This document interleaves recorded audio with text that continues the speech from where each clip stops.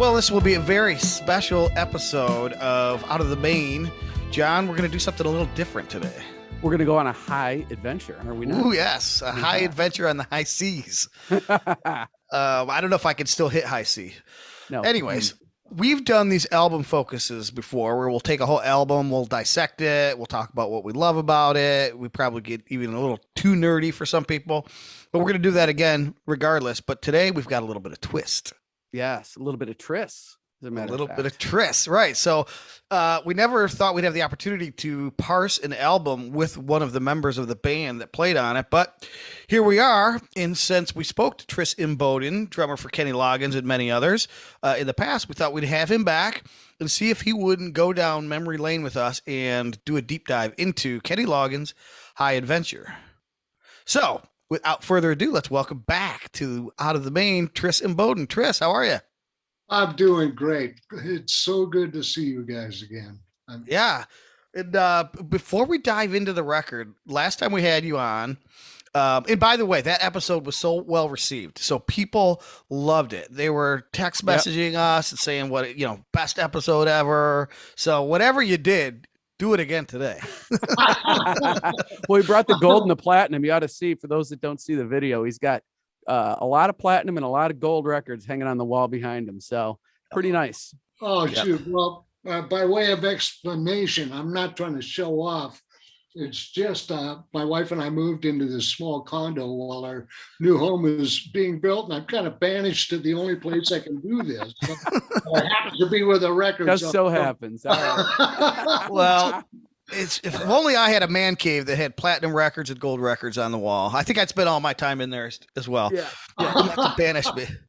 But Tris, last time you were on, you broke some news, which we always love to break news, and you told us about a project that you were working on. So we want to get an update. We've seen the sizzle reel online for the Tris Imboden Yacht Stars, and when I say sizzle, I mean sizzle. So tell us what the project is and give us an update where it stands today. Okay, well, without repeating myself too much, I should predicate the whole thing on how the concept was developed.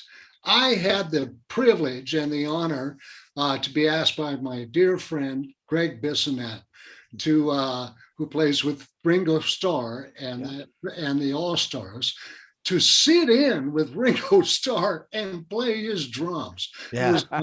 I haven't watched since, I swear to God. It's like, I'm getting a little gamey now but the surfing anyway, probably helps though. Yeah, surfing does help. But anyway, on the way home from that gig, and having played with Ringo, I still can't believe I got to do it. My wife said, with all the people you know and all the records you've played on in what is now the yacht rock genre, what do you think about putting a band together kind of that is yacht centric? And I went, God, that's a great idea. And the more I thought about it, the more I went, yeah, man, so I made a few phone calls to guys I know that, have been a part of the yacht rock thing without realizing that it was going to be yacht rock, back when we were doing those records, and everybody said, I'm in. So we did it. I put the band together. We were 4 or 5 rehearsals in, and the zombie apocalypse hit. So we were knocked out of the game for 2 years, like everybody else, and then some. But now since we have been up and rehearsing, and we're getting ready to do our first show. We've already booked one here coming up, and I'm so excited also at how well received this sizzle reel that we put together was and is. And as a matter of fact, I will drop a name or two here. All right, please. I for fun played it for Kenny Loggins to see what he would think of it, because there's 3 tunes on there that are his that I had recorded with him, And he came back and said, "Wow, it sounds great! And God, the vocals and who is that saxophonist?" And I said, "That's Michael Paulo, man. He played with you at one time. I recommended him." Again, he said, "God, can you give me his number? I'd like to." And I said, "No, he's in my band now." Love it. Oh my gosh. So I recommended a couple of other great saxophonists. Yeah. Anyway, the band is it's comprised of guys, Bruce Bollinger, who is a great guitarist, who co-wrote with Michael McDonald for his first album, also played with Michael for a while, and was with Boss Skaggs and toured with Boss Skaggs on the Middleman tour. This bass player that I've worked with, doing everything from straight ahead jazz to Latin to everything. He's worked with Alan Dermo is his name, and he's worked with everybody from John Oates to the Captain and to Neil. I mean, he's done everything. Nice. Brilliant player who can play any style music and make it sound like that's the only thing he's ever done. You know, he's just a killer. And then this keyboard player who is just, I am so proud of. His name is Monty Seward, and he's an absolute monster in the R&B and what is now deemed yacht soul world. Yep. He is in fact, before we even met, and we're in this band together, we'd played on hits together by an artist named Howard Hewitt, who was in Shalimar, and anyway, played on a couple of albums together. Didn't even realize we'd never met because we didn't play on the songs at the same time. Right. Well, that goes. Yeah. So anyway, but he's worked with everybody from the Commodores to the Jacksons to, oh my God, Philip Bailey. He did the Easy Lover tour, but he's been primarily a producer, and he was a staff writer for Quincy Jones. And I mean, he's just a monster. And if he opens his mouth, look out. Man, he is such a great singer. So let me see. And Jeff Gunn, this amazing singer who can cover all that Kenny Loggins stuff and then some. I mean, we're even doing a Gary Wright tune because, I worked with Gary and played on his last hit, I Really Want to Know You. So we were playing Love Is Alive the other day, and I'd never heard him sing like that, Jeff. I mean, I've heard him do incredible versions of Loggins stuff and Boss Skaggs and other people. But man, he opened his pie hole, and Gary Wright flew out, man. This gruff thing, man, it was so soulful. And anyway, he's one of these rare creatures that I've never encountered before, that also being a lead singer, and you guys have been in the business for a long time, all too often they suffer from LSD, the lead singer disease, right? Yep. They're Say no more. A little full of themselves on occasion. Yes.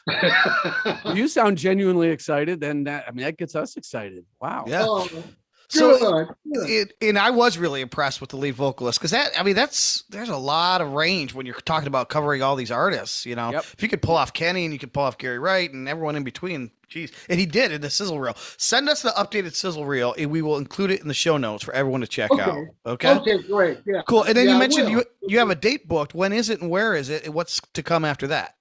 Well, okay, so far we only have the one show booked, but I'm talking with an agent I'm real excited about, who had reached out to us.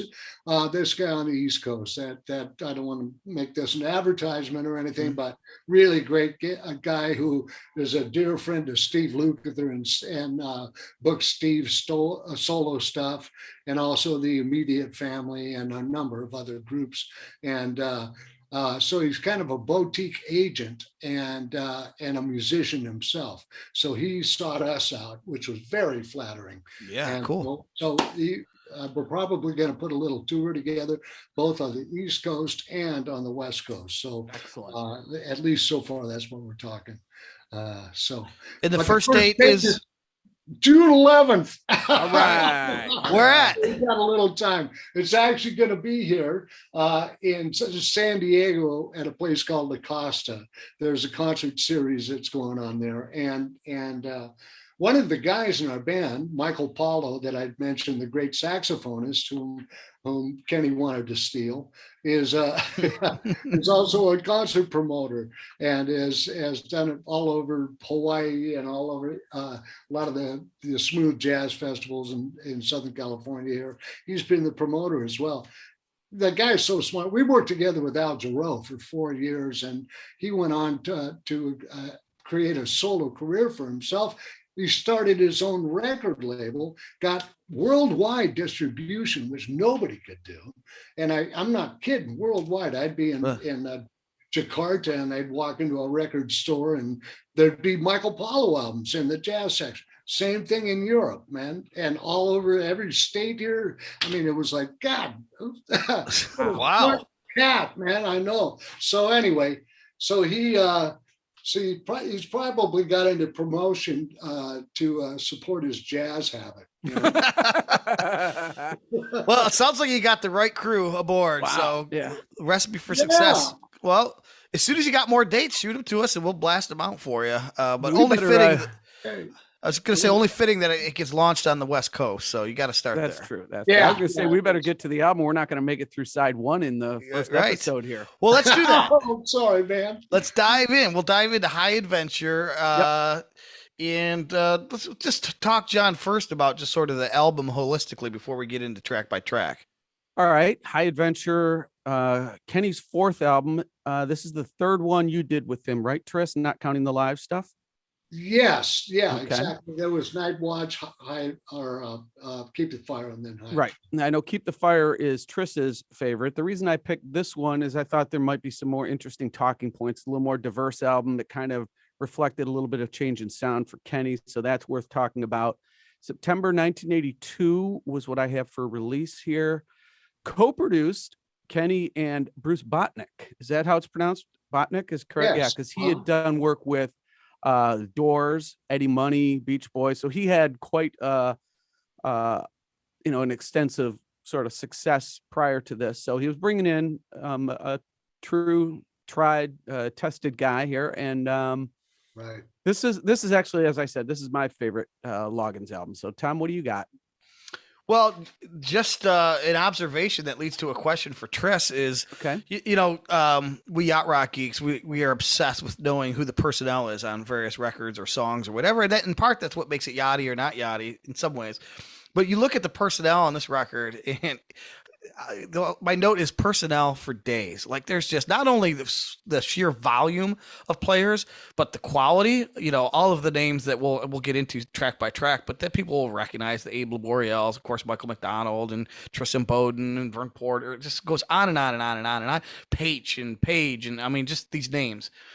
So my question is, before we get into track by track, for a studio musician like you, obviously you didn't work with all 40 of these people at the same time. Maybe you didn't even meet all 40 of them. And I'm just using the number 40, but to what extent did you mingle with these other cats? And like, I can't envision a studio with 40 guys waiting outside, waiting to do their sessions. So how did you intermingle with these people, and how did that all work out? Well, traditionally, we would cut with a rhythm section. Kenny liked to do it that way. Most of the recording that I've done with Kenny, always we would cut with like bass, drums, guitar, and keyboards, just to start with. Now, most of High Adventure was cut that way because the lion's share of that recording was all done by his band for the most part, which at that point was Neil Larson, Steve Wood, Vernon Porter on bass, Mike Hamilton on guitar, usually, and then myself on drums. So we would kind of cut like that. Kenny also, like I'd mentioned on a previous our previous podcast, loved to rehearse, and so with his band, we would really take aim on some of those songs. before we'd go in the studio. So that was a luxury. But a song like Heart to Heart, it's not like, I knew David. I played with David Foster. I played with Michael McDonald, of course, and all those people. But like David Sanborn wasn't waiting in the hall. Right. Yeah. Right. A lot of times I know that, the drummer is one of the first one to go because their parts are done, at the outset, typically either as part of the basics or even they're just trying to get a good drum track and then it's overdub city. So unless the drummer wants to hang out, they're not always there for all the overdubs, right? So true, John. Yeah. And it used to piss me off, as a matter of fact, a lot of other drummers too, because as a session player, drummers were expected to come in, get it right. In fact, all the pressure. All the pressure was on the drummer, and everybody else would just be there doing scratch bass, scratch guitars, scratch keyboards, and then they'd come in the next day and get paid again, right? Oh, but the drummer only got paid once, right? That's so that was like, but that was such bullshit, man. We well, we resented that. Yeah. Well, that's going to lead me to a question as we get further in. So let's move into Don't Fight It, because ironically, that's the one song where it's kind of an outlier on the album in terms of everybody sort of shuffled parts. So you've got a Dennis Conway plays drums on that, and you're listed on percussion. Neil Giraldo comes in on guitar, moving Mike Hamilton to bass. So it's kind of interesting, all of this to accommodate the duet with Steve Perry. But the song was nominated for a Grammy, so you certainly got something right. What did you play on that? It just says percussion. Here's what happened, and why I'm credited with percussion. It was an experiment. The whole thing was an experiment. I think Bruce Spotnick wanted to try a different rhythm section, and so he brought in Dennis Conway to play drums. Now, they weren't happy with the sound that they got on his drums, right? So I had to go back and actually double everything he played. My drums. But they couldn't take away Dennis's credit, and I'm glad they didn't, because I doubled literally everything he played. And but they called me a percussionist. The reason they didn't recut the whole thing again, because they weren't happy sonically with it, was because they couldn't get Neil Giraldo again because of his schedule. So that was the reason for that. See how interesting this is? I thought it was going to be even more interesting. I thought you were going to tell me you played the whip crack in there. Who's that, man? This is the way to go. This is why you bring the actual musicians in to do this. So we got to go back and redo Toto 4 and have Lukather, Page, and Porcaro. And just come on. Okay. Well, right. Because the sound sucked. Right. I got to say, though, talking about Giraldo, that opening guitar riff still just blows me away. Me too. I wish I'd been there when he did it, man. But I wasn't, damn it. But boy, it's so exciting, man. Isn't it? Yeah. For context, there's a lot of chatter in the background too. I hear a lot of the band shouting, hooting and hollering, almost like the drum mics or whatever. I picture everybody in a room just having a ball. Yeah, absolutely. Kenny wanted to encourage that during the recording of that album. And even on Swear Your Love, for example, which happens to be one of the greatest guitar solos of all time, I think. Mike Hamilton. Thank you very much, Mike. Anyway, there's a lot of that banter going on, throughout that song too, and I like that. What were you going to say, Tom? Well, I was just going to give context in case people didn't know who the name Neil Giraldo. Some of our listeners are more casual fans, but he's probably most famous for being Pat Benatar's guitar player, would you say? And husband for a long time. Right. Yeah. And I have some context for you. I read, according to Wikipedia, so everything on Wikipedia we know needs citation, but it says the whip used for the sound effect was the same one used for the sound effect in Indiana Jones. Oh, that's great. Really? Now, I didn't know that. Apparently that came out in Kenny's books. So.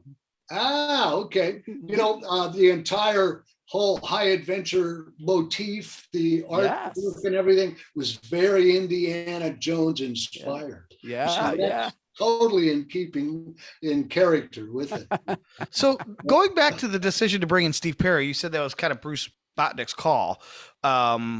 To what extent was that embraced by Kenny? And I imagine 1982's Journey has got to be near the top of their game at that point, right? So this is kind of a huge get, right? So talk through kind of how that all blended. Is that something that Kenny was like all aboard, or was there any kind of why are we doing this type thing?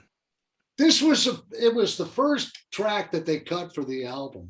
So I really wasn't privy to any of that until they wanted the drum sound or the drums replaced. Then from that track on, it was all me. So on the basics. So I didn't really get to talk to Bruce about, how he put this together with Steve. I do know that Kenny, of course, was a huge Steve Perry fan, as were we all. Yeah. We'd actually played at Arrowhead Stadium together with Journey and Loggins and the Doobie Brothers together, not long before that, and before that happened. Yeah, and so that may have been what was the germinate or began the germination of it. You know. Yeah. Well, speaking of germination too, John and I, whenever we do these deep dives, we always kind of examine, all right, why did they open with this song? Or why did they close side one with the song? Why did they close the album? And then for the Christopher Cross album, remember, John, we're like, that was a weird way to kind of make an entrance into a record. This is how you start a record right here. Play the beginning of this, how this record starts. We'll play it. Yeah, it announces itself in a big way. Yeah, it does. Yeah. I noticed also when we get to the breaks right before the chorus each time, that little twangy guitar break, and I'll drop that in there. That sounds like I'm starting to hear echoes of what is going to be Footloose down the road. Interesting. Great observation, man. I never even thought of that. But, I like that. Yeah. Great observation. All right. Want to move on to Heartlight? Yeah, because now this is full on Tris from here on out, as you said, right? Yep. We talked about this song before, John, because there's an interesting concept to where these lyrics came from. Do you want to re-paraphrase that, or we can have Tris shed some additional light on it? Yeah, I know it had something to do with a school that's called the Heartlight School or something like that. And Tris, do you know the details of that? I know it had something to do with kids' writings, and Kenny drew inspiration from that. Do you know more than... I wish I could speak to that. Okay. Better I remember reading where it was something about some project that the teacher had kids write. What do you like? And they just had, I like something, and fill in the blank. And he just kind of went through these, and some of them caught his attention or something like that. So it's why it starts out, I like the, and so he's kind of drawing inspiration from that. But I don't know that that's 100% accurate, but it's something along those lines. That's great. I didn't know that, but I do remember specifically that recording that song, and and actually there was a couple of things that stand out. That was the first song that Vernon Porter came in, and that was sort of his audition. I'd recommended, Kenny had asked me if I knew a bass player that I really liked, that he would like, and I recommended Vernon Porter, who was just an incredible musician, and so he went in and ended up on the record and in the band. So that started Vernon's association with Kenny. But I also remembered two things. Steve Foreman, the great percussionist, if you remember all those percussion sounds on that song, he played each one of those individually. And we did cut that track to a click track, but he had his bang box or something he called it, that, and then all these other, the little textures. He did all of those separately, and he had it all written out. Oh, wow. Meticulously. I mean, what he planned it out. And I was so impressed by that. My God, man. I mean, I've known him for a long time, knew he was a great percussionist, but number one, the imagination, and then the ability to not only like like create it, but then write it out so perfectly, man. It was like, whoa. And then the Simmons stuff, and there's some electronic drums in there. Is that you, or is that something he's doing? There's no electronics that I played on that. Okay. track. It's Feels like all there's acoustic. something in there. I think it's all acoustic. Later on, it must be my imagination. Yeah, okay. That That was may be what I'm thinking of. Yeah. Yep. But the other thing was the rep for CBS Sony. The Japanese executives were there during the cutting of that, and gave me to hold my first CD. Oh, Yeah, because and he said, this is where everything is going. wow. Really? Yeah, In that was 82? cool. Yeah, in 82. Wow. Yeah. So I had heard about it, but I'd never seen one. And so he gave it to me to hold. And I was like, yeah, okay. I like vinyl. You know, I wasn't It'll never- underwhelmed. Yeah. It'll never catch on. Yeah. Yeah. Well, my two observations about the song. One is I love the rhythm and the chord progression, which is we can play a little of the verse because see what I'm talking about.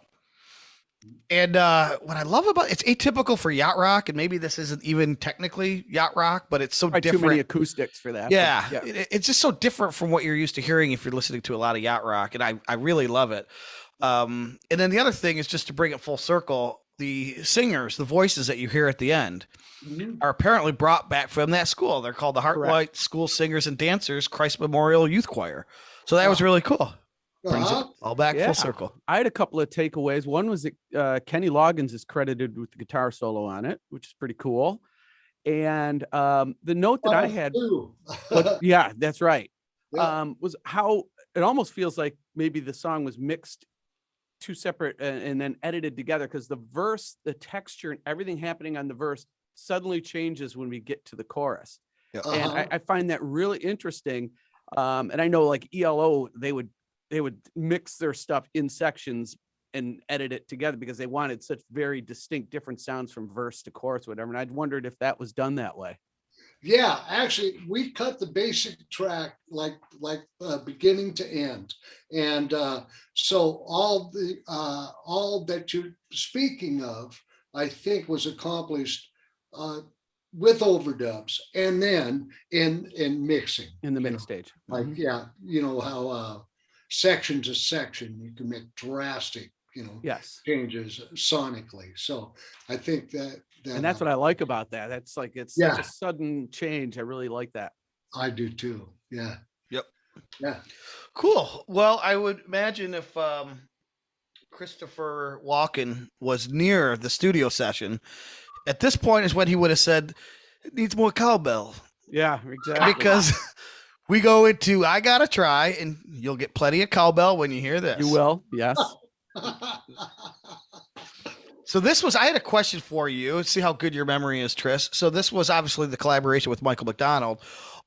Another version, his version also appears on his record, which also came out in 1982. Yep. So do you remember which came first in terms of which got recorded first or which got released first? I really don't. I'm not sure about that. I do know that on Michael's version, Kenny sings on the vamp out, and you can hear him.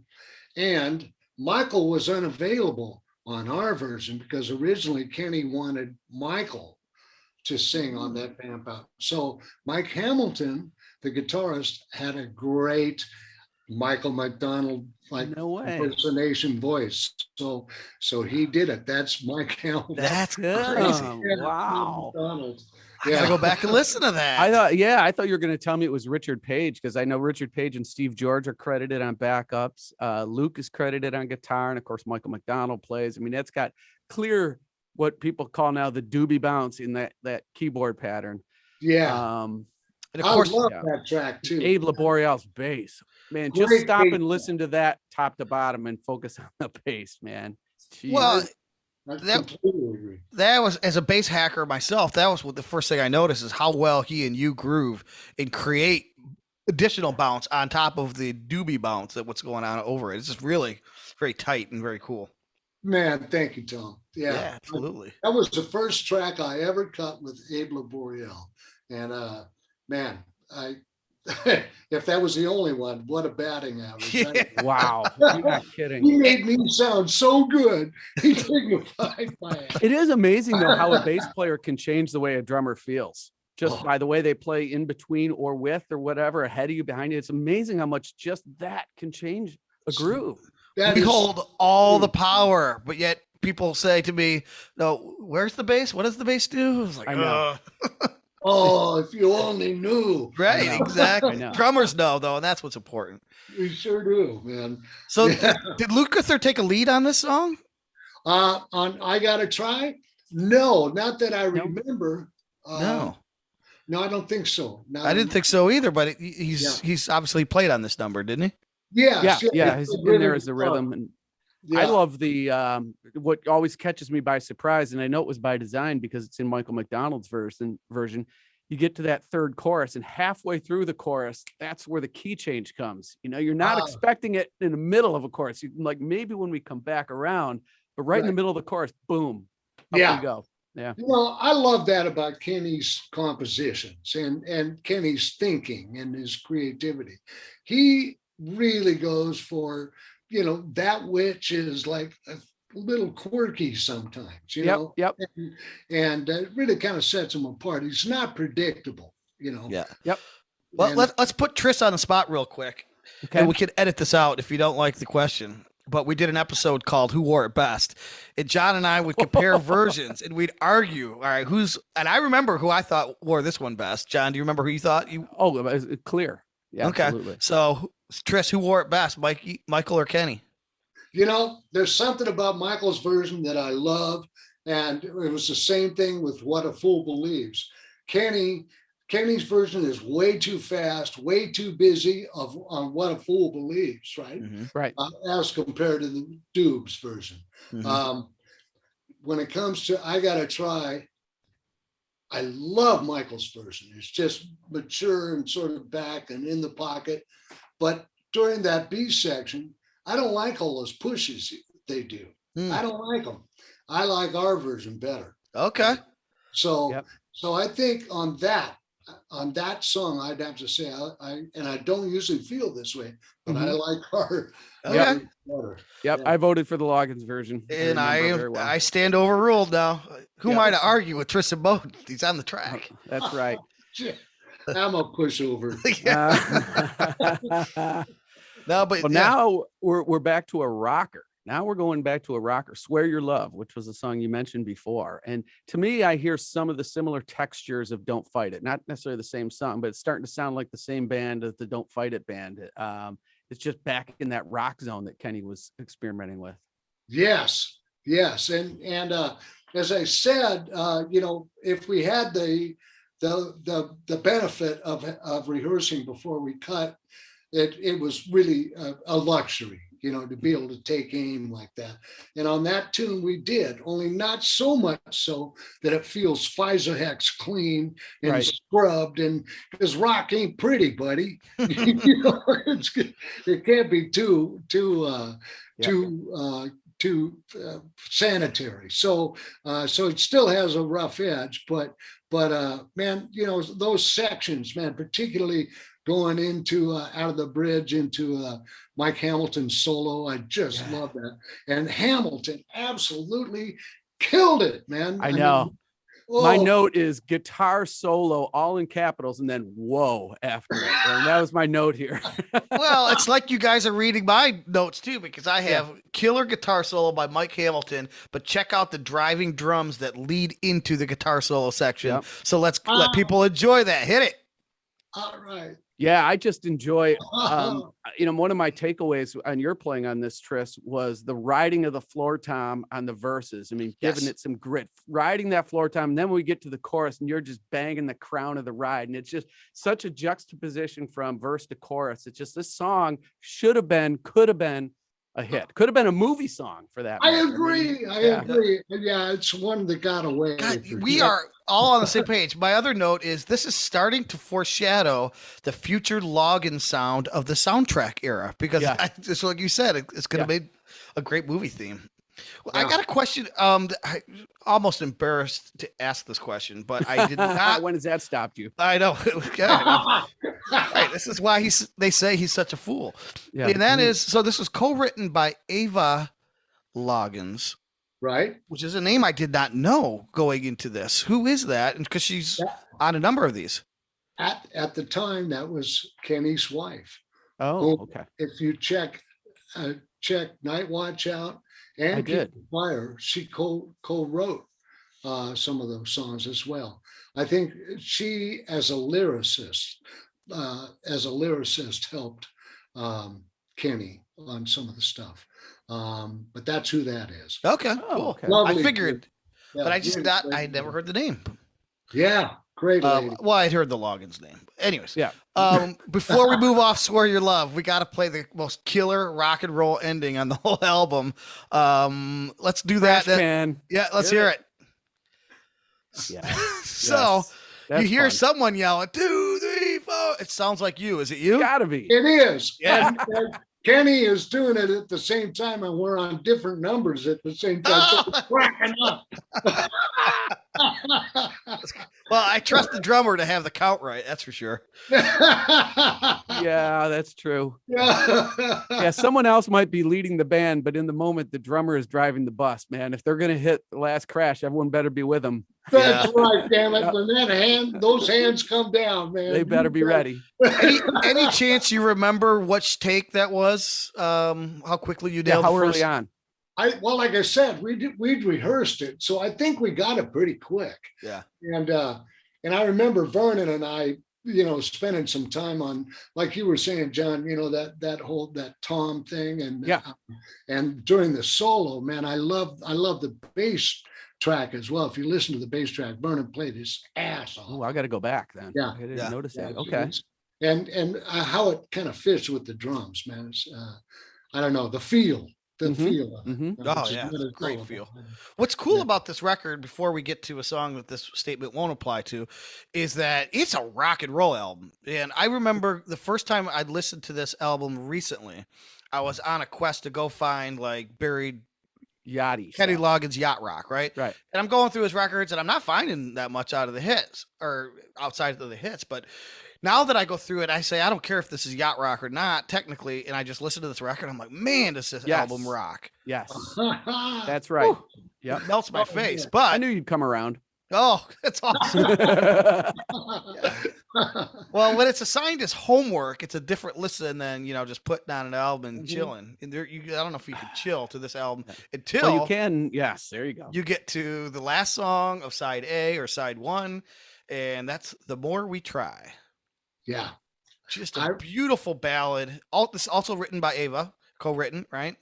And it introduces a new name, not a new name to people, but a new name as far as this record goes. And that's James Newton Howard, Yeah. who's doing the string arrangements. And James Newton Howard is, of course, a very famous score composer for film. Yep. As recently as The Dark Knight, and he worked with Hans Zimmer, but as far back as Yeah. what, All that Pretty M. Night Woman stuff that you and- love so much. Yeah. So, what was it like having a film score? I mean, I don't know if you were any part I of wasn't this. involved in this one. Right. Well, actually, I met James Newton Howard during the making of this album, but it was when he was overdubbing some synth things that couldn't have been strings, because I believe those were real strings. Yep. Some sort of more we pads and try. things. Yeah. Yeah, but some pads or something. But I remember Kenny taking me into a room at Ocean Way and saying, "Hey, what do you think of this?" And playing The More We Try on acoustic guitar and singing it to me. And I was just like, God dang, man, I was devastated. It's the lyric is so profound, and man, I mean, I get goosebumps thinking about even these jaded nipples. Yeah. Have written hard. Well, it might be overstating the obvious, but obviously we're way before any days where you could fix intonation. But Kenny's intonation as he goes up into his falsetto and upper head voice is just so impeccable. Oh Man. God, I know, man. He always credits his inspiration as Ron Isley. of the Isaac brothers, for that falsetto thing. Oh man. And man, he does it as good, if not better than anybody, including, I mean, I love Ron Isaac too. Yeah. But wow, man. He can flow up into it and flow out so seamlessly. Like Daryl Hall can do it, but there aren't many guys that can go naturally without hearing that break. Exactly, man. On Heart to Heart. Yeah. There it is again. Yep. Going from falsetto to half voice to full voice, all just like it's nothing, man. Seamlessly. Yeah, you can't like figure out exactly where the switch is. It just kind of fluidly happens. It's killer. Yeah. You know, sometimes these sort of ballads that you find at the ends of side 1 or 2 of records, and we've kind of talked about why that often is, but sometimes they can seem in some ways, I don't want to use the term throwaway because that's not what I think about this song. You could tell a lot of times those songs are stuck at the end, but Kenny obviously had a lot of passion for this song because going back to James Newton Howard doing the orchestration, I mean, you're bringing in some big guns to lay in keyboard parts on a song that isn't got a lot of verbose keyboard parts. You got Neil Larson playing on it. You got David Page playing on it.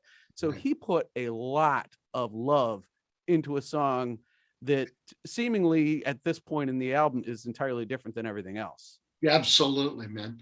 And that's again, something I really love, how eclectic High Adventure is. I mean, it goes from Don't Fight It to that to one side. Yeah. Oh my God. Yep.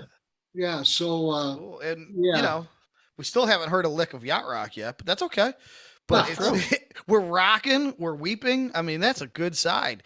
Why don't we pick up the needle, place it aside. We're gonna lift the record, flip it up. You got to blow off the dust. At least that's what I do. Then place it back down. You're supposed to use a brush. Nah, I just blow on it. I know. Yeah, me too. And I usually get COVID all over it to get the funds off the needle. And then we're gonna place the needle back down, and we're on side 2, side B. Well, before we do, going kind of off air, so that's probably going to be the end of that. We'll have to button that up, but so we probably then want to start side 2 now as we're starting a new episode. So I just wanted to break that up. So cool. When we left off, we were just about to place the needle down on side 2 of Kenny Loggins' iconic record, High Adventure. And if there's a great way to start a second episode or a second side, it's got to be this tune. This is Yacht Rock royalty. This song, what is it? The second highest rated song on the Yachtski scale. I know it's a 99.63. So a couple people had some issues with it, apparently. I don't know what. Tris, are you familiar with this Yachtski scale? Do you know what that is? I sure do, man. Yeah. Hollywood Steve and JD and I are in touch, man. Oh, cool. Yeah. So awesome. I do know all about it. And those guys are hysterically fun, man. Speaking of yacht rock royalty, yeah, right. Yeah, the inventors of the term. Absolutely, yeah. Well, this is pure uncut yacht rock. Well, look what you got. You got David Foster on grand piano and Michael McDonald on Rhodes. I mean, it's like right there. Well, don't forget Sanborn does the sax solo. That's right. I mean, these are all. This just puts it so you can see why it's number 2 on the list. Yeah. It should be. Lenny Castro on percussion during the session as well. Paulino DaCosta on congas, it says, right? Yeah, and well, it was both. So how much of this is being cut together at the same time then? Are these guys cutting it all with you? Lenny was at the tracking date. Okay. We did Foster, McDonald, me, the bass player, whom I don't want to throw under the bus, so I won't name him right now. Because there's a big story I'm about to tell you. All right. Me and was there a guitar player? I'm trying to remember the guitar. Yeah, I don't have that written in my notes in front of me. Yeah, so then maybe it wasn't. Yeah, maybe there wasn't on that track. But I believe the percussionist was Lenny Castro. So we cut this track without a click track. And which sounds odd because of the nature of the tune of the quarter note, Mhm. Dun, dun, dun, dun, dun, dun, dun, dun. But we did it without a click track. And now this bass player and I were flamming, man, throughout the thing, Oh. and I was like digging in, just going, man, it's got to be me. I mean, I'm insecure enough to always say, I'm a drummer. We're the first to take crap from everybody, right? Yep. It's your fault. I'm uncomfortable, and it's all your fault. So, so I'm thinking it's me, right? And here we are with Foster and Michael McDonald, and I'm going, oh my God, I don't know whether we got this today, whether we, So I stayed after with Botnick, with Bruce Botnick, and I said, God, man, dude, do you think we have the track? And so he back then, the only way to measure was with a stopwatch. So he was going, Mhm. oh, no, Timing the that's all measures, right. yeah. That's okay. That's okay. That's okay. And it was like throughout the tune, it was fine. So what they did was they originally wanted Abe Laboriel or Nathan East on this track, but they couldn't get them. They were both booked. So the bass player that they brought in, I'd never worked with before, and God, he's a great bass player. But sometimes it just, you don't feel things exactly in the same spot. Yeah. So they brought him back in the next day, and they had him punch in bar by bar because it had to be so exact, those quarter notes and the don't, all those kicks were so important because it was like, McDonald and the bass playing the left hand as well as the bass drum, so it had to line up. Without a click, though, it's not easy to do. So anyway, they punched in the bass basically on every bar, and when you hear the record now, you'd never know it. It sounds, yeah. So it sounds great. It's actually very busy too. On top of what you had to nail on the quarters, right? I mean, there's a lot of stuff going on. Yeah, which really sticks out and gives the song a certain character too. So it's like you can't miss the bass on this song. I can only imagine the whole time Foster's inside his head saying, "Oh, I know exactly what's wrong, but I'm not saying." Well, David, yeah, because his ears are so good. But when would he ever not say it? Is the question. That's true. That's a good point. Well, technically, he wasn't producing, so right. That's why. Yeah. But I believe he wrote the bridge at there on the date. I don't think the bridge was written until we cut it. Okay. It was pretty spontaneous, most of that. So this wasn't one you had a lot of pre-rehearsal on, or did you pre-rehearse all the other parts? There was zero on that one. Yeah. And this ended up being the biggest hit off the record, didn't it? I know, man. And one of my favorite records I've ever done with Kenny, actually. I just love it, man. I love everything about it now. But it wasn't easy, I got to say, whereas others come easier, That's so funny because it doesn't sound like that, though. Because we read Ted Templeman's book, the number one song on the Yatsky scales, What a Fool Believes, and getting the groove right on that one for the Doobie Brothers took forever too. And it wasn't until Ted Templeman went in and played as a second drummer that the groove finally locked. So it's kind of funny. The top two songs were laborious to get the groove exactly right. Right. And then sound as relaxed and natural as right, exactly. Well, exactly. Especially What a Fool Believes. You listen to that, you're like, what was the problem? Right. Yeah, right. But like you said, sometimes it's just locking the whole groove together. But that goes back to what we were saying before, that it's amazing how a bass player can change what a drummer is doing or how a drummer feels. And there's nothing better than when it's just right. Isn't that true, Tris? Absolutely. For a drummer? Man. Oh, man. And there are bass players that, in my experience, that are just like power steering for me. Yeah. That's like Nathan East being one of them for sure. And George Hawkins, man, I'll tell you, the feel of those two guys, man, rest his soul, George. I mean, we did all that, Keep the Fire, all the early Loggins stuff together. And Nathan, man, They're just so easy to play with. And Vernon's another one, of course, Abe Laboriel and Lee Sklar, and the list goes on and on. Well, you've got a certain sensibility to the way you play, and you can bring in another great bass player with all kinds of accreditation. If his sensibility is counter to yours, it doesn't always matter how good each of you are if it doesn't match. Is that right? That's so true. In fact, it's happened without naming names of other big name session bass players that I had always thought, God, I would love to record with this guy, man. I love everything he does. And thinking that we feel things in the same spot.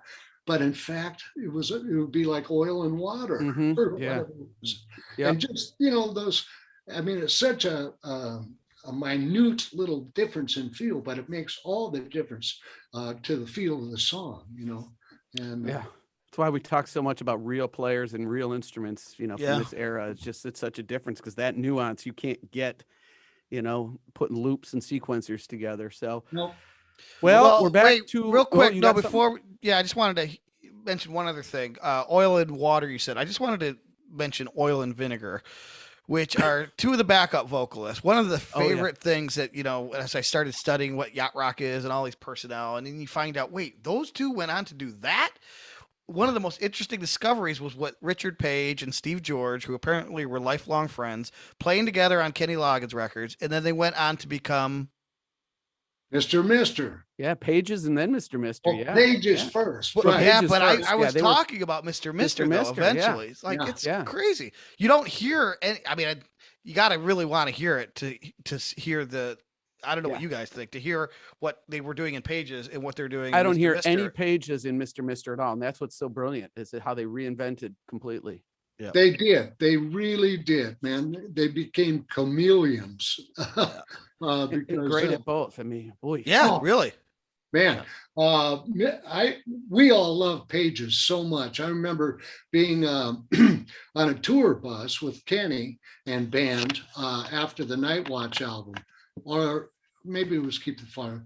And Bobby Colomby had, who was then an executive at CBS, sent us a copy of this Pages album that he'd produced. We could not believe our ears. Everybody from Kenny throughout the whole band thought it was the best music we'd ever heard in our lives, and maybe the best band. And we ended up doing a show together. They opened for us in Las Vegas at the Aladdin. And man, we were all on the side of the stage singing every song with them, man. That's cool. We knew we just loved them so much. Yeah. All right, put you on the spot. Don't think, quick answer. Who wore it best? Who's right? Who's wrong? Kenny Loggins or Pages? Or someone else? Or somebody else? Loggins. All right. Loggins. We agree on that one then. Yeah, we disagree on that one. I am a Pages nut. So, and I love Pages too. Know. But that's a toughie. I liked the variation of the sort of the dynamics, and John thought it was too herky jerky or something like that. Yeah. Anyway, let's get back on track. In the next track. Rockin'. Yeah. Oh, yes. If it's not what you're looking for. Yes. And another co-write with Foster on this one. Yeah. And they cut that twice. And I think there was another. This has that up and coming bass player you were talking about on it, Mr. Nathan East. That's right. That's right. And they had cut it actually originally with Don Felder on guitar, Jeff McCarl on drums. I'm not sure. Maybe it was Nathan East on bass. It was during that period when early on in the recording of the album, like I said, they cut "Don't Find It First," I think, and then it was probably "If It's Not What You're Looking For."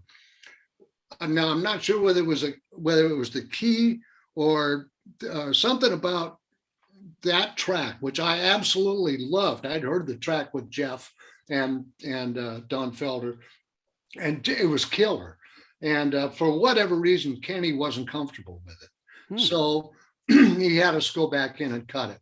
But I got to tell you, Jeff's part was so perfect that I absolutely note for note did my best to plagiarize him. I was going to ask that because when you said that Jeff played on an earlier version, I'm thinking to myself, yeah, I could really hear Jeff playing this one, or even Toto doing it. And so now, knowing that you're sort of doing your Jeff impersonation, that makes total sense. Yeah. Except my drums sounded not nearly as good as his to my ears. But I love that song. I really love that song. Huge chorus in that. Yeah, and I was gonna say it gets really big and anthemic in places. It's cool. But there's these nice little drum accents here and there. And as you say that now, I'm thinking, well, who was the master of nice little drum accents here and there and ghosting things? And it was none other than Jeff Porcaro. Absolutely. Just wanted to go back to the guitar player again, was Neil Giraldo. And I mentioned earlier that he was Pat Benatar's guitarist. And if you're thinking, well, thinking back, is Pat Benatar's guitarist any good? Well, listen to this. And so I want you to drop in one of the solo sections there, John. Yes, I will. I'll probably maybe do Promises in the Dark. I think that's such a killer solo. But anyway, we're getting off track. We're getting off track. Yeah, man. You'll hear it when I drop it in. Now, if that didn't melt your face, I don't know what will. And that's what my takeaway from this song is his lead guitar work. It's just phenomenal. Oh, yeah, man. Yeah. Well, are you talking about If It's Not What You're Looking For? Yes. Yeah, that was Hamilton on that, I thought. Because it's listed as Neil. Oh, sure? I'm sorry. Are you sure? I'm not. I could have a flag thrown on me. We might have a flag thrown. Because I have Neil on the next tune. I have him on It Must Be Imagination. Oh. Let's see. I don't have. I got the record downstairs in the sleeve, but maybe Wikipedia has something wrong. Well, shoot. I mean, I could be wrong as hell here. Wow. I wasn't there for the overdubs, like we mentioned at the top of the show. Let's see. This is track 7, so I think you maybe I'm you had wrong. Your Damn it. Okay, well, move that whole section to the next song. Thanks a lot, Tom. All right. Well, we're gonna allow this to be your flag moment. Maybe I won't even drop in the referee sound effect and just let you live. Everything I said applies to It Must Be Imagination. Well, let's move on to that one then. Yes. So it's a co-write with Max Gronenthal? Gronenthal From Grand Funk. I never knew how to say his name. He has been with Grand Funk for a number of years now, but wasn't back then. Oh, Max Gronenthal is arguably one of the, talk about ones that got away. That guy has one of the greatest voices in rock and roll, much like Michael Finnegan, who just passed away not too long ago. Who, if you don't know who that guy is, you got to check him out. Okay, I'll just tell you about Max Gronenthal. Okay. Then I'll tell you about Mike Finnegan. Max Gronenthal actually was going to be in the original Kenny Loggins band, except Kenny said, "No, I can't have somebody in the band that sings better than I do." Wow, that makes sense. True story. Yeah. Max Gronenthal, if you remember a song by 38 Special called A Heart Needs a Second Chance. Yo, is that him? He wrote it and sang it, and that was their last hit. He had joined song. 38 Special while the other singer was doing something else. Wrote that and sang it for the band. Wow. But had done 2 solo albums before that were 2 of the best albums I've ever heard in my life. And I forget, one's Whistling in the Dark, I think, or something to that effect. But he went on to become Max Carl, right? Because the record company said his name was too hard to pronounce. Yeah. Well, case in point. Max Carl. So speaking of bass players, I did an album that didn't come out, unfortunately, with Max Carl. And the great bass player, left-handed bass player, Jimmy Haslett, played bass on it. And God, it was a great album, but it was another one that just got away. Anyway. A lot that got away. Yeah. God, I know. Back then, man. Yeah. But anyway, yeah, Kenny loved Max Gronenthal. He actually was the lead singer of a band called Jack Mack and the Heart Attack, too, if you ever heard of them. No, in the 80s. Not. Yeah, Glenn Fry of the Eagles produced them. They were sort Oh. of a phenomena in LA. It was about an 11-piece R&B band rather, that did everything from James Brown to Otis Redding to and just killed it. And I actually subbed for the original drummer for a while in that band, and boy, did we have fun. But Max Gronenthal, or Max Carl, has this distinction. He was and band Jack Mack and the Heart Attack were playing at this big party in Texas for some millionaire, godzillionaire, who hired them and the James Brown band. So dig this. James Brown was watching Max sing and actually had his guy go get his robe and walk and put it on Max. On Max. Wow. I mean, God, what a moment. I wasn't there for that, but I know it's true. Everybody in the band told me. Oh, man. Yeah. Man. Yeah. So I'm speechless at that, and I wasn't even there. Yeah. Wow, just picturing that. I'm sorry, I'm wandering all No, over. it's okay. That's cool. I did want to get back to, I believe I'm hearing your Simmons on this one. You know Would what? that be you? That was pre-Simmons, if you can believe that. Were they That like the was Sin Airs or whatever? Yeah, well, the Sin Airs, right, were out, as were Sin drums. Okay. But I didn't have any with me at that point. They'd sort of gone by the wayside, fallen out of fashion. But Kenny wanted to hear that kind of sound. So that was done. And I wish I could tell you the piece of equipment, the pull tech or the whatever it was that they were using. But those were acoustic drums, boom, and that Kenny actually turned manually. Boom, boom. Oh, to make them sound like To make them electronic sound drums. like that, yeah. Okay. But I remember clever. Tom Scott, who was cutting in Ocean Way too, just happened to be next door, so he came in to watch that session. Oh, And really? I was overdubbing the drums. Yeah, I overdubbed the drums on that too, and I was very flattered that he was interested enough, and I guess to hang out. So the toms you were doing as an overdub, you mean? And when they no, were that whole track, the drums were overdubbed to click, I guess. like it was. a drum That was machine done. or something? Yeah. Or, okay. Maybe it was drum So there machine. was something Yeah. already in place. Might have been Lynn. Yeah. Okay. Yeah. So Wow. yeah. Okay. Yeah. Well, Cool. where are we now, Tom? I think we're headed into the last track on the record, aren't we? Another Loggins McDonald composition, Only a Miracle. Oh, man. Basically a piano vocal kind of thing with Marty Page's wonderful orchestral arrangement. This is like the end of side one. This is another one of those, just all of a sudden we're going to go into a completely different space. We're going to take a breath, and it just washes over you, this tune, man. Yeah, absolutely, man. Kenny will just do that to you, Make him rock your ass off and then turn around and just, make me a blubbering little on the floor crying about the lyric or something. Oh, the lyrics in this one. Yeah. Yes. Oh my gosh. Do you happen to know, because I'm trying to figure out where, usually you could hear a Michael McDonald, Kenny Loggins collaboration. You can just hear it, right? You can hear both guys in there. Do you know what Michael did? Was it lyrics? Was it composition of the tune itself? Do you remember? On this one, I know absolutely zip, except that I love the tune. Yeah. And I don't know who did what in, musically or lyrically or whatever. But you're so right. Normally you can point it out immediately. Yeah. It's like a thumbprint. Yep.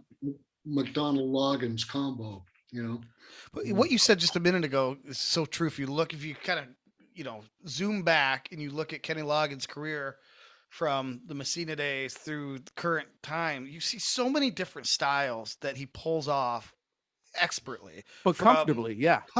Right?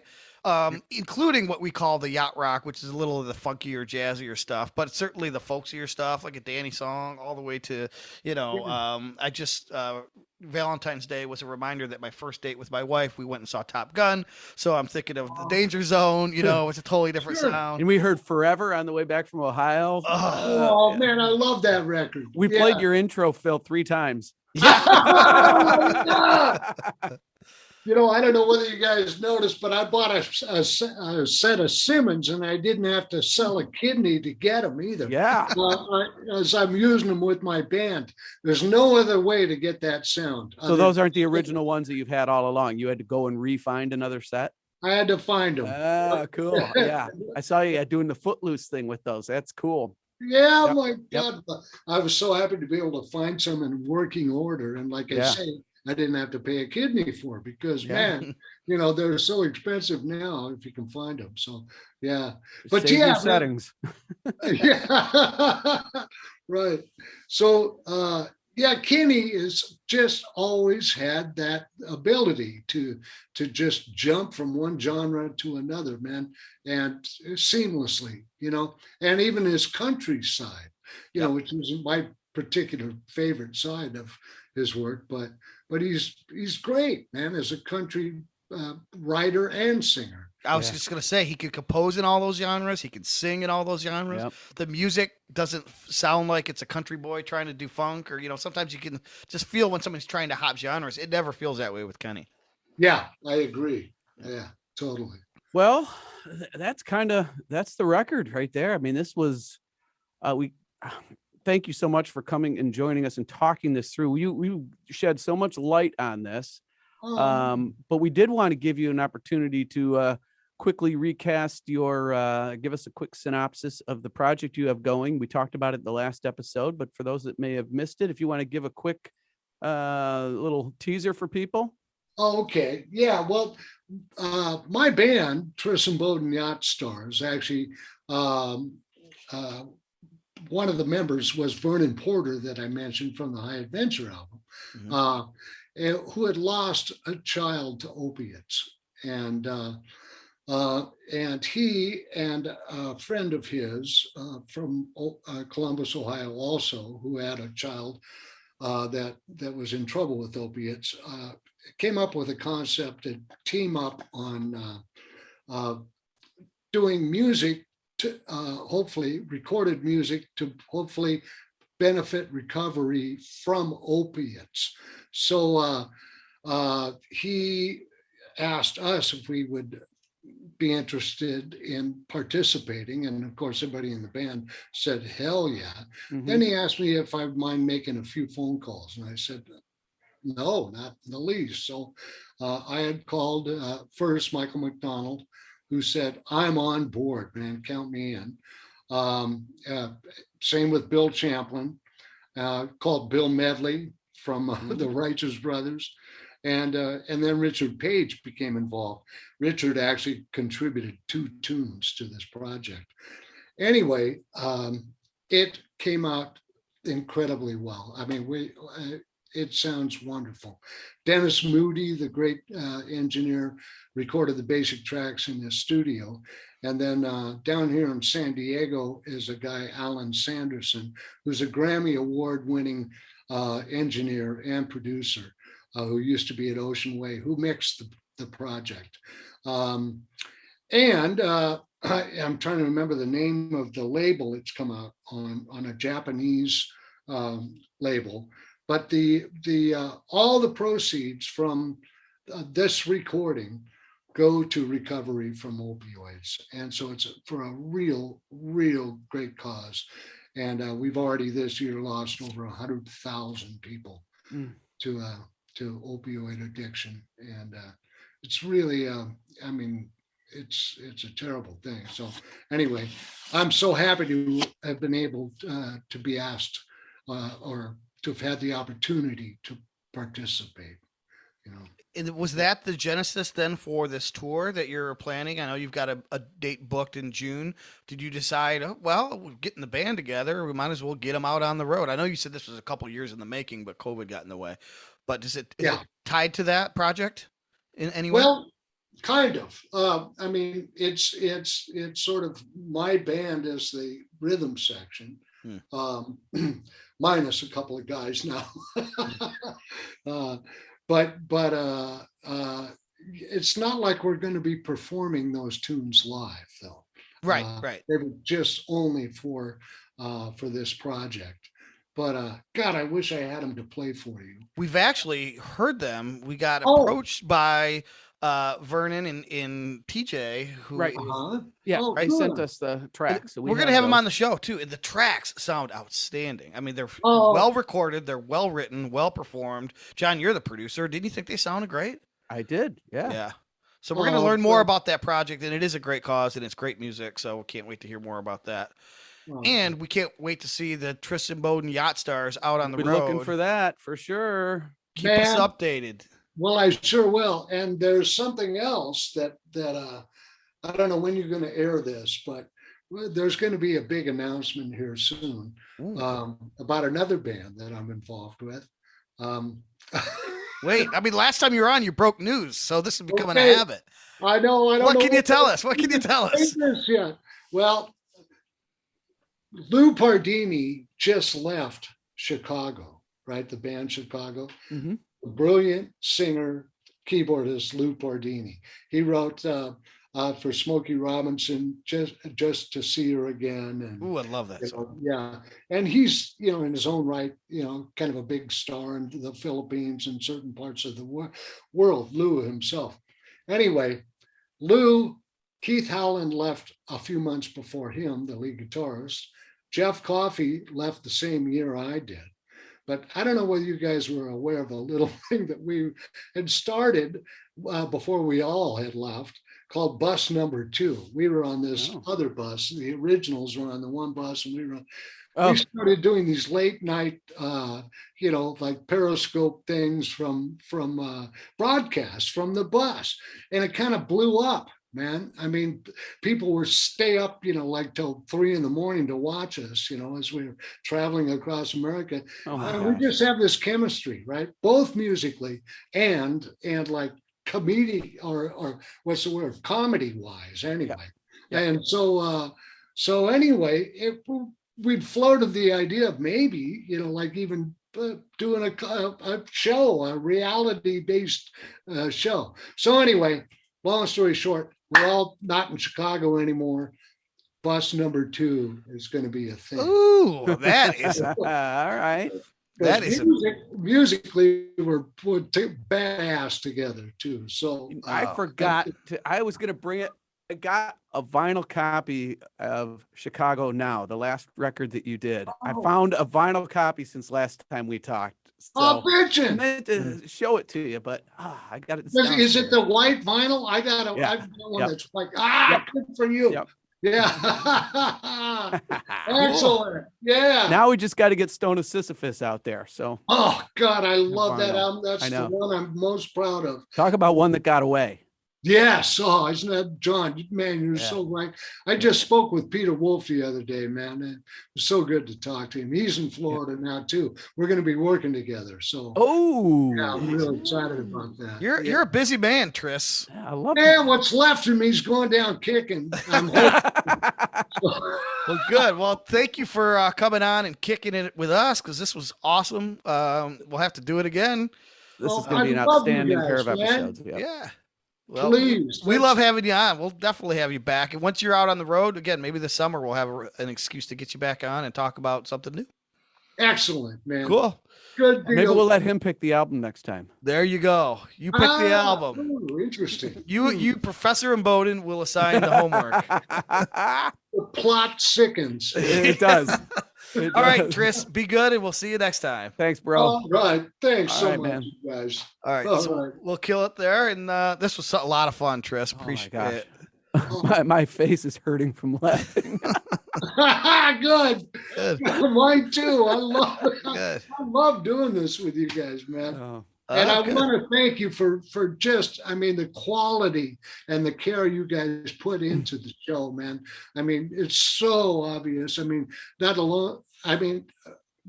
just that you're so musically literate, But I mean, the care you put into the questions and the research and everything you do, man. Yeah, thank you. It's really great. I have an offline question for you, because you kept mentioning about playing with a click. I'm a drummer too. That's my first instrument. That's the main thing I love to play, and I play up with the church band a lot. And I had never played much with a click growing up and all that. And suddenly I'm in this church band, and not only are we doing a click, but we've got the in-ears going, you know, which is its own thing to get used to.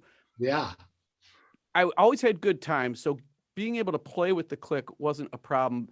But I evolved to a point where, having done it for a while, I'm afraid to go without it now, because it becomes like a safety blanket where even if you want to go off and try something that you didn't have pre-planned for Phil, you can still hear where the one is. Do you find that you would prefer the click, or do you dislike the click?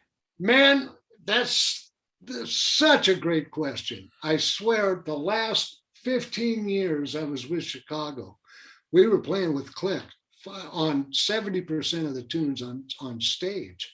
And I've now, after all the years before I played with a click in the studio and without, depending on the song, I started doubting my time. That's what I was going to say. I start questioning myself when I don't have the click. Man, like, am I rushing? Am I not? And then it gets in your head. I know. And then as soon as it gets in your head, then you are rushing or dragging. Right. You know, if you're overthinking it, you know. Yep. Right. So I've had to retrain myself without the trainer wheels, I call them, of having the click. Yeah, you know, that's what it feels some like. of these tunes, man. You know, and I'm just, you know, man, such a great question. It's a double-edged sword, because it is. Because practicing with a click is so good for you, you know, to develop your own sense of time, but to rely upon it is not good for you. So you know, I don't know. Okay. I mean, I just wanted to get your perspective. It's really interesting, because it's something I do. I have the mental tug of war with. Is this a good, you know? Yeah. I always wondered, as a non-drummer, if it would start to take some of your natural feel away and have you thinking too much, especially in a live environment where you just that's the thing. I find I'm thinking less when I hear the click. I feel like I have to think less. I know that doesn't seem like it makes sense. Yeah, no, it does. That does make sense, man. Yeah, you know, the thing about that I love about playing without a click is there are songs that we all know. The chorus might want to lean back a little, or vice versa, or vice versa. You know, like lean a little bit. And to do that with a click, man, you run the risk of, you know, when you have to bring it back, it's real obvious. Yeah. You know, in the studio, that's what I learned. Never get ahead. Always play dead center or just behind it, because it's imperceptible if you push it up from playing behind the beat. But if you have to drop it back, man, it's like, whoa, it's like somebody threw an anchor out, man. Yeah. What do I got to do? Porcaro hated playing with a click. Jeff supposedly didn't like playing with a click, but I know. Did you read his book by chance? Robin Flange? Yeah. Oh yeah. I mean, when he told that story when he was working with Seals and Crofts, he didn't like playing with a click, but he was so impressed with Seals and Crofts because they understood that maybe they wanted their chorus a BPM faster than their verse or whatever, and they would edit together bars of click in these different BPMs, and then stripe the tape. So yes, you're playing with a click, but the tempo was moving a little bit. And he was like, these guys have it figured out. Absolutely. That's the way to do it. It's amazing. That's why they are the proto yacht. Yeah. Hey, so cool. Stop me if I've showed this to you guys before, but I'm so proud of this, and I don't know whether I had it framed last time we spoke. Long story short, I was with Giroux, and Jeff, of course, was with Toto. We were in Ludwigshafen, Germany. Did I tell you about this? Yeah, he did. He did tell us.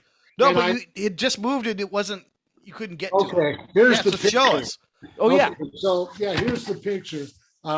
When we pulled the switch on Hold the Line. Oh, yeah. That?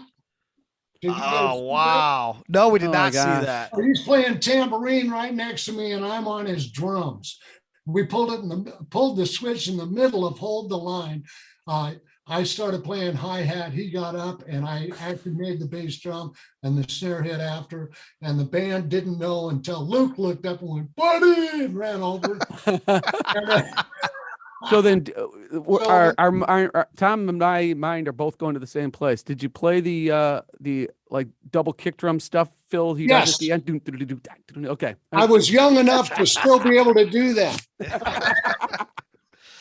Now the fast twitch muscles ain't what they used to be. I know. That's okay. Well, just get a double pedal and cheat.